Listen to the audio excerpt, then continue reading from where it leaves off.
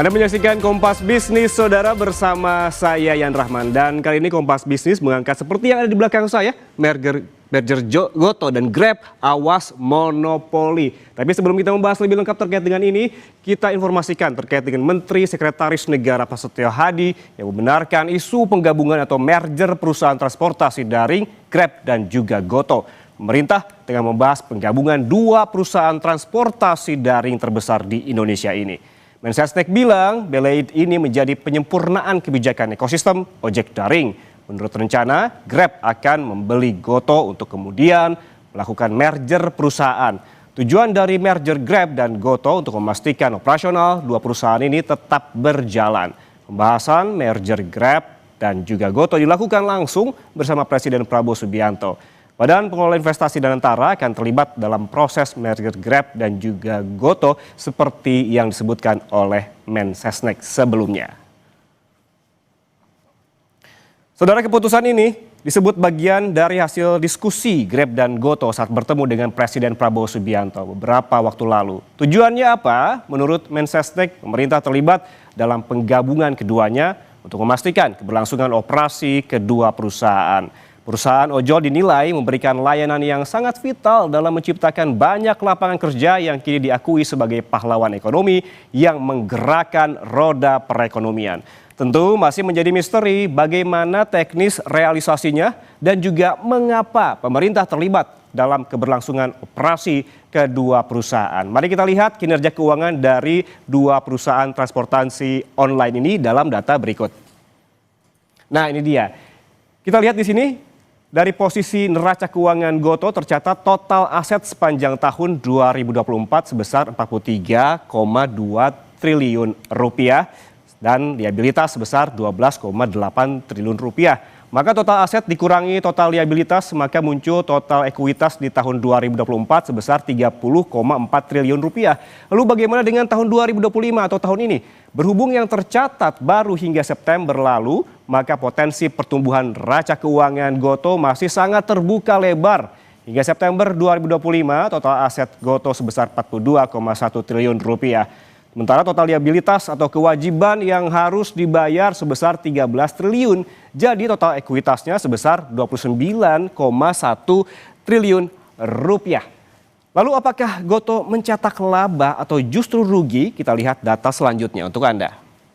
Nah, berikut ini masih tentang kinerja keuangan dari Goto. Meski pendapatan masih terbilang cukup besar, kerugian yang ditanggung Goto jumlahnya juga tidak sedikit. Mari kita bandingkan di dua periode waktu yang berbeda, saudara.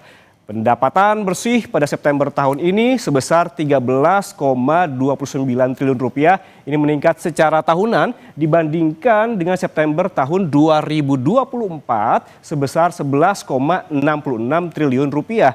Sementara kerugian pada tahun 2025 juga terbilang membaik dibandingkan 2024. Rugi usaha tahun ini sebesar 222,37 miliar rupiah, jauh lebih sedikit dibandingkan tahun lalu sebesar lebih dari 2 triliun rupiah. Rugi periode berjalan tahun ini sebesar 996,98 miliar rupiah, sementara September 2024 sebesar 4,5 triliun rupiah. Sedangkan rugi bersih tahun ini jumlahnya 775,55 miliar rupiah, tahun sebelumnya 4,3 triliun rupiah. Meskipun memang membaik, tapi yang namanya rugi tetaplah kerugian. Lalu kita bandingkan dengan kinerja keuangan dari Grab Holdings dalam data selanjutnya. Nah, ini dia, saudara, berhubung Grab Holdings merupakan perusahaan multinasional yang berbasis di Singapura, maka data kinerja keuangan dalam dolar Amerika Serikat. Total aset yang dimiliki oleh Grab hingga September tahun ini sebesar 11 miliar 355 juta dolar Amerika Serikat atau hampir 190 triliun rupiah. Hampir 5 kali lipat dibandingkan total aset Goto. Sementara total liabilitas hingga September 2025 ini juga meningkat pesat dibandingkan tahun lalu, yakni sebesar 4 miliar 841 juta dolar atau lebih dari 80 triliun rupiah. Bisa Anda bayangkan. Jadi total ekuitasnya menjadi 6,5 miliar dolar atau setara 108 triliun rupiah. 3 kali lipat dibandingkan total ekuitas Gotoh. Betapa besarnya Grab dibandingkan dengan Gotoh. Lalu seperti apa laporan laba rugi Grab Holding? Kita lihat di data berikutnya. Nah, ini dia saudara terkait kinerja keuangan Grab. Pendapatan Grab Holdings hingga September 2025 ini meningkat dibandingkan periode yang sama pada tahun lalu sebesar 2 miliar 464 juta dolar atau lebih dari 41 triliun rupiah, lebih dari 3 kali lipat pendapatan Gotoh. Jika Gotoh mencatatkan kerugian yang diantaranya rugi usaha, rugi periode berjalan hingga rugi bersihnya yang sudah tercatat tadi, Grab pada tahun ini justru mencetak laba yang terdiri dari laba operasional sebesar 13 juta dolar dan juga ada laba sebelum pajak dan laba bersih yang dicatatkan di sini. Kita lihat data selanjutnya. Saudara, itu tadi terkait dengan kinerja keuangan dari Gotoh dan juga Grab. Lalu seperti apa saudara pernyataan dari Menteri Sekretaris Negara Pak Setio Hadi yang terkait merger Gotoh Grab dan juga apa kemudian tujuannya? Berikut pernyataan dari Mensesnek. Begitu Pak, bahasanya merger atau akuisisi sih Pak? Tidak Pak, merger atau akuisisi? Ya masih dicari bentuknya. Pokoknya penggabungan mereka berdua gitu ya, Pak di Indonesia. Itu perintah dari Pak Prabowo atau gimana Pak? Maksudnya itu hasil diskusi dari Pak Prabowo. Ini lagi dicari skemanya. Tapi nggak akhirnya monopoli gitu Mas? Hah? Akhirnya nggak menciptakan monopoli bisnis gitu? Berarti skemanya bisa merger, bisa akuisisi gitu Pak? Ya. Ada deadline-nya nggak Pak kapan? Nggak ada ya, secepatnya kita kerjakan secepatnya yang mungkin ketemu. Ini hasil pertemuan antara Grab dan Gotoh dengan Pak Presiden gitu Pak? Iya. Dengan pemerintah, hanya presiden aja. Ini Tujuannya apa Pak? Tujuannya? Tujuannya tuh nggak ada yang lain, tujuannya ya untuk semuanya supaya perusahaan ini tetap berjalan karena bagaimanapun perusahaan ini adalah pelayanan yang di situ tercipta tenaga kerja saudara-saudara kita yang menjadi mitra itu jumlahnya cukup besar dan sekarang kita tersadar bahwa ojol adalah pahlawan ekonomi, menggerakkan ekonomi. Jadi tujuan utamanya arahnya ke situ. Ya, setelah muncul pernyataan dari Istana soal merger Gotoh Grab tadi, holder Gotoh mungkin bisa tersenyum lebar karena saham Gotoh di Bursa Efek Indonesia pada penutupan bursa Senin kemarin tercatat bullish hingga 9,84%. Sementara kinerja saham Gotoh dalam 1 tahun terakhir ini naik sebesar 3,08% dengan harga tertinggi saudara ini ada di 4 Februari 2025 sebesar 87. Sementara yang terendah ada di 24 September 2025 ini sebesar 53 dan pada penutupan di hari kemarin saudara ini tercatat saham Gotoh ini di 67. Lalu bagaimana dengan Grab? Mari kita cek di data selanjutnya. Nah, ini berikut di kinerja saham Grab dalam 1 tahun terakhir. Ini melantai di bursa efek di New York, yakni Nasdaq yang tercatat turun 1,24% pada 10 November lalu. Namun jika kita tarik lebih jauh lagi selama 1 tahun terakhir, Grab nyatanya mencatat kenaikan yang solid sebesar 26,95%. Dengan harga terendah pada 7 April 2025 ini sebesar 3,48 dolar Amerika Serikat dan tertinggi pada 22 September 2025 seharga 6,45 dolar per lembar saham. Selain itu saudara, potensi monopoli bisa terlihat dari pangsa pasar keduanya digabungkan. Kita cek di data berikutnya. Nah, ini terkait dengan pangsa pasar, saudara. Pangsa pasar bisnis ojek dan juga taksi online nantinya didominasi jika Gotoh dan Grab merger. Data dari Statista ini mencatat pangsa pasar Gojek untuk kendaraan roda 2 sebesar 59%, sementara Grab 41%. Maka keduanya akan menguasai lebih dari 90% pangsa pasar jika keduanya bergabung. Sementara untuk taksi online, pangsa pasar Gojek sebesar 51% dan Grab 49%. Maka monopoli akan terjadi karena pangsa pasar keduanya jika digabungkan jadi lebih dari 90%. Sisanya merupakan kompetitor yang pangsa pasarnya masih kecil dan tidak mengusik dominasi keduanya seperti Maxim dan juga InDrive. Dan saudara, Istana telah mengonfirmasi merger atau peleburan antara Gotoh dan Grab. Perlukah merger ini terjadi? Dan bagaimana kekuatan undang-undang anti monopoli jika Mensesnek sudah mengiyakan? Kompas Bisnis akan tanya Profesor Pasar Modal dan Guru Besar Ekonomi Universitas Indonesia, Budi Frensidi. Usai jeda, kami kembali untuk Anda.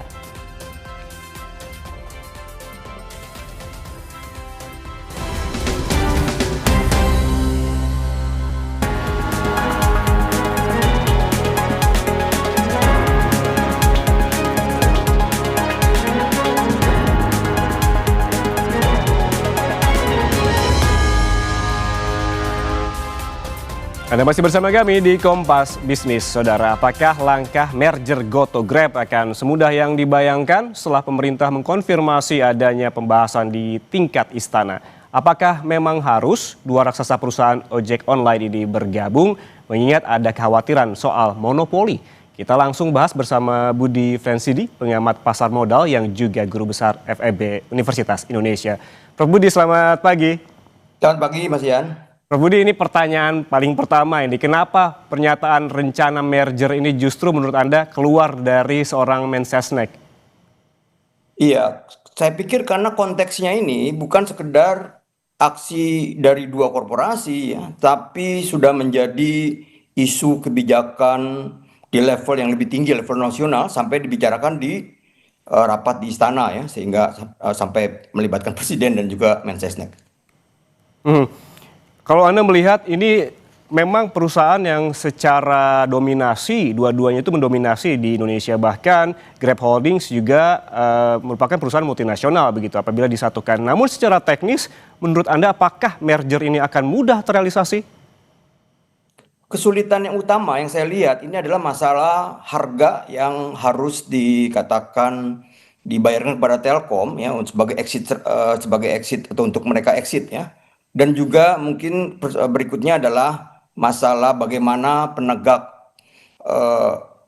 hukum, di dalam hal ini KPPU, yang berani mengambil kebijakan soal independensinya dan juga soal aturan yang sudah ada, undang-undang yang sudah ada.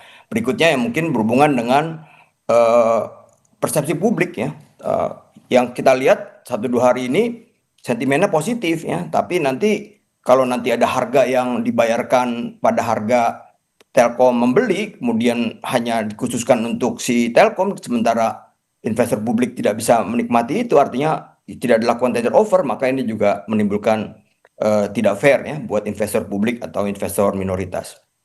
Tadi di awal kita sempat mempertanyakan terkait dengan rencana merger yang justru keluar dari seorang Mensesnek begitu.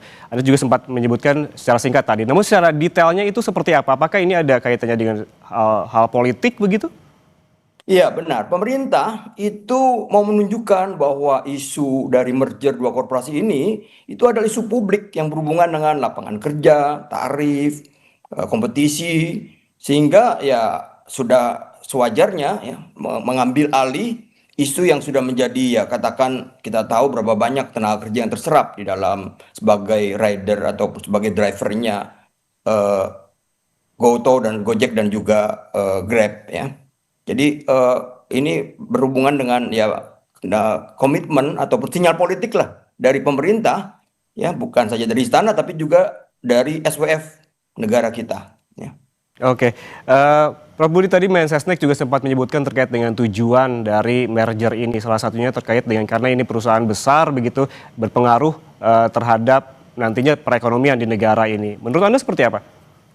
Iya benar ya, kita tahu bahwa ya banyak sekali tenaga kerja yang diserap ya di dalam perusahaan ataupun dengan adanya Gojek dan Grab ini, sehingga masalahnya adalah semuanya itu bisa dimungkinkan ya karena ini menjadi perhatian dari pemerintah ya, pemerintah pusat ya, dalam hal ini istana, Mensesnek sampai juga melibatkan SWF negara. Tetapi masalahnya adalah bagaimana nih harga yang nanti dibayarkan untuk kepada Telkom? Apakah saya dengar apakah ada kesepakatan dari para pokoknya para pejabat atau pemegang saham yang dulu menjual atau mempunyai kepemilikan untuk membeli pada harga Telkom membayar pada saat 2020 ya. Jadi kita lihat kalau tidak salah saya juga dengar belum konfirmasi ya, bahwa mereka membentuk SVF di Singapura untuk melakukan aksi buyout ini.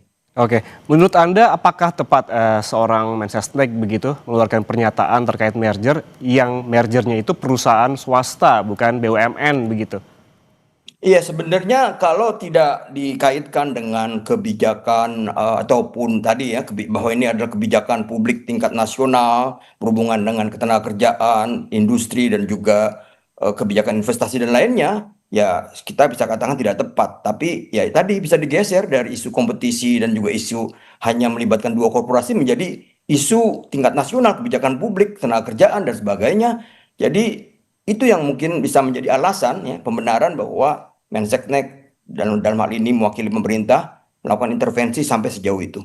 Oke, tidak tepat sebetulnya kalau kita melihat konteksnya di sini. Tapi Prof. Budi, kalau kita membahas bergeser sedikit, jika merger ini terjadi, ini bukankah berpotensi menabrak Undang-Undang Nomor 5 Tahun 99 ini tentang praktik monopoli dan juga persaingan usaha tidak sehat?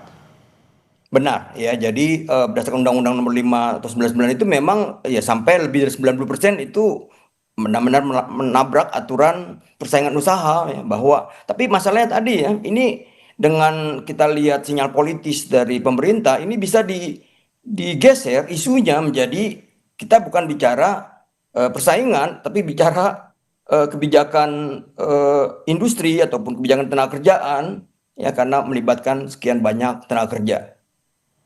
Oke, apakah menurut Anda ini selanjutnya undang-undang ini cukup ampuh jika nyatanya istana sudah bersuara? Iya, sebenarnya ya undang-undang ampuh ya bahwa KPPI independen, cuma masalahnya apakah para pejabatnya mempunyai keberanian untuk menegakkan aturan itu, karena nanti ya tadi pemerintah bisa mengatakan this is not about competition, kita sedang mengedres masalah kebijakan publik tingkat nasional, ketenagakerjaan yang memang ya sangat mempengaruhi hajat hidup orang banyak lah.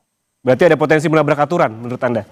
Yes, menabrak aturan jelas ya, sehingga masalah ini bisa ditegakkan atau tidak ya kita akan menyaksikan seberapa besar keberanian dari para pejabat di KPPU untuk menunjukkan independensinya. Walaupun nanti pemerintah juga mempunyai argumen tadi bahwa kita sedang atau akan menggeser isu ini menjadi bukan lagi masalah kompetisi, tapi yang lebih diperhatikan atau menjadi titik beratnya adalah masalah kebijakan industri, kebijakan tenaga kerjaan, kebijakan apalagi investasi, ya penyerapan tenaga kerja yang begitu besar dan sebagainya.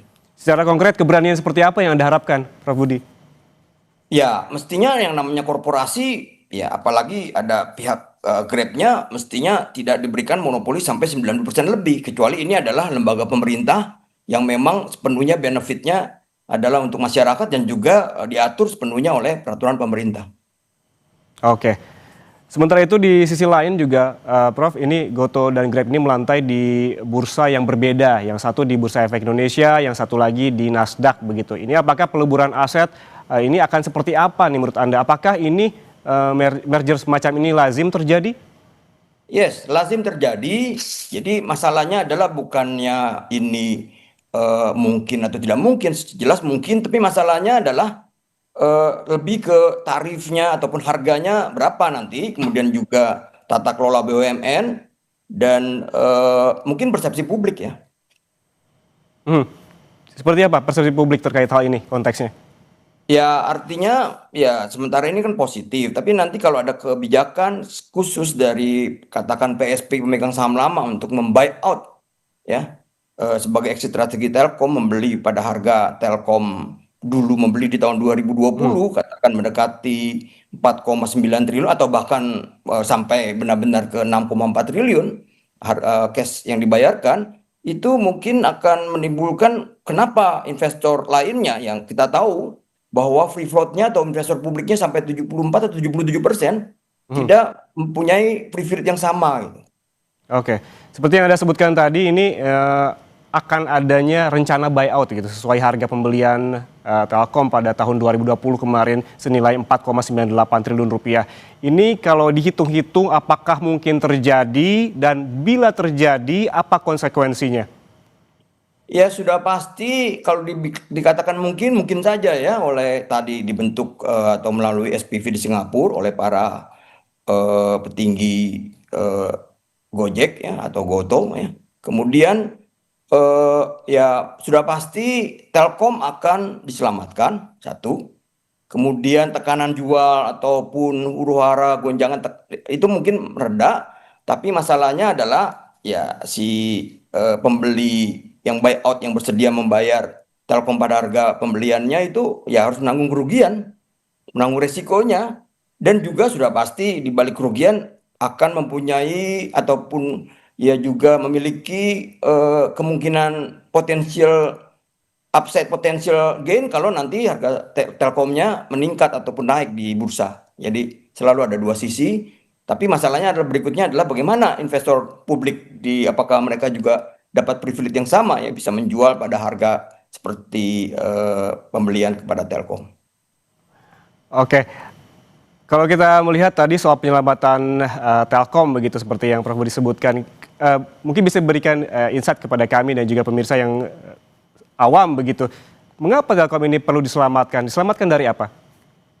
Karena Telkom adalah BUMN dan angkanya juga besar, dan juga jangan lupa ya salah satu yang menjadi sumber dari waktu itu APBN sekarang ada Nantara ya SWF kita adalah dividen dari BUMN, dan salah satunya yang cukup diandalkan adalah dari Telkom, cukup besar ya dividen yang diandalkan dari Telkom, sehingga ya dalam hal tidak diselamatkan khawatir ini menjadi kerugian negara, dan juga ya nanti akan ada konsekuensi dividen Telkom menjadi tidak lagi bisa besar karena harus menanggung unrealized loss. Sampai saat ini masih unrealized loss ya, dari Telkom akibat pembelian saham Goto di tahun 2020. Prof Budi, kalau tadi kita sempat membahas terkait dengan kemungkinan pembelian ataupun buyout di harga tahun 2020, lalu dibalik bagaimana skema buyout Goto di Telkom, apakah ini akan mudah, apalagi jika pembelian mengacu ke harga saham saat ini? Ya, kalau pembeliannya pada harga pasar saham saat ini, itu ya berarti fairness terjadi, cuma masalahnya adalah ya apa yang selama ini masih menjadi unrealized loss buat Telkom akan menjadi realized loss. Jadi yang potensi kerugian negara menjadi sepenuhnya kerugian negara yang sudah terrealisir, dan ini dari dulu kan yang dihindari ya ataupun tidak diinginkan karena ya mengalami kerugian BUMN adalah kerugian negara itu ya. Oke, Prof Budi, ada fenomena kemarin ketika Istana memberikan pernyataan terkait dengan merger Grab dan juga Goto, pasar merespon sangat positif begitu, apalagi Goto. Ada peningkatan dari harga saham Goto ini hampir 10%, tepatnya 9,8%. Ini artinya apa menurut Anda? Ya artinya ya aksi korporasi ini akan ya mungkin akan menaikkan dan juga akan membuat kinerja Goto yang selama ini sampai saat ini masih rugi, masih merah, diharapkan berbalik menjadi positif, dan juga mungkin juga ada investor yang berharap bahwa kalau nanti Telkom mendapatkan privilege bisa menjual di harga mereka beli, ya mungkin banyak investor juga berharap itu privilege itu juga ditawarkan kepada mereka dalam bentuk tender offer ya. Karena kan kalau bicara aturan pasar modal kan seperti itu ya. Oke, aksi korporasi ini berarti menjadi sentimen positif di pasar begitu ya. Kalau kita melihat tren dari harga Goto yang naik turun, tadi sempat kita bacakan data paling tidak setahun terakhir, ada yang memang jatuh sekali di pertengahan tahun dan juga ada yang naik ke angka 87 selama setahun terakhir ini. Anda melihat tren dari harga saham Goto ini seperti apa dan proyeksinya seperti apa jika betul-betul merger ini terjadi? Iya, permasalahannya kan ya perusahaannya masih mengalami rugi, dan ya buat saya ini salah satu yang juga membedakan Goto dari emiten lainnya adalah jumlah saham yang di-issued itu banyak sekali loh, sampai triliunan, ya 1, sekian triliun. Ya sehingga ya dengan nanti dia bisa berbalik untung karena menjadi penguasa pasar, ya ini dengan asumsi KPPU-nya mengizinkan ya karena tadi ya mengikuti ataupun comply terhadap ketentuan pemerintah bahwa ini adalah kebijakan publik tingkat nasional yang harus diselamatkan, maka ya investor wajar saja berharap ya kerugian yang selama ini terjadi ini berbalik menjadi keuntungan, dan sudah pasti ini akan menjadi sentimen positif ya bahwa fundamentalnya terus membaik gitu. Kan kita lihat juga kerugiannya terus menurun ya dari tahun ke tahun. Jadi sangat berharap investor, publik, kerugian ini berubah menjadi keuntungan ya dengan dia menjadi penguasa pasar ya karena merger dengan saingan utamanya. Oke, meskipun menurun kerugian tetap kerugian ya Prof Budi. Anda melihat dari fundamental lainnya terkait dengan Gotoh ini, apabila memang Anda sebutkan tadi masih ada potensi untuk menguasai pasar gitu, seperti apa? Ya benar, kalau dia menguasai pasar kan nanti ya kalau pemerintah tidak sampai mengatur tarif dan sebagainya, siap-siap nanti ya benar-benar di bawah kendali dari merger dari dua perusahaan ini ya. Tarif dan juga kalau pemerintah sampai tidak mengatur mengenai sharing dengan ya para drivernya, ini bisa juga pada akhirnya tarifnya naik tapi si pekerjanya tidak diuntungkan ya. Oke, terakhir Prof Budi singkat saja, menurut Anda apakah perlu merger dari Grab dan Gotoh ini dilakukan? Ya sebenarnya kalau permasalahan Gotoh ini tidak negatif terus ya, jadi sebenarnya urgensinya kurang, tapi walaupun tadi ya masalah ketenaga kerjaan yang begitu banyak terserap. Jadi masalahnya adalah perusahaan masih rugi sehingga sulit sekali EPS negatif, berharap harga sahamnya naik apalagi kembali ke harga IPO.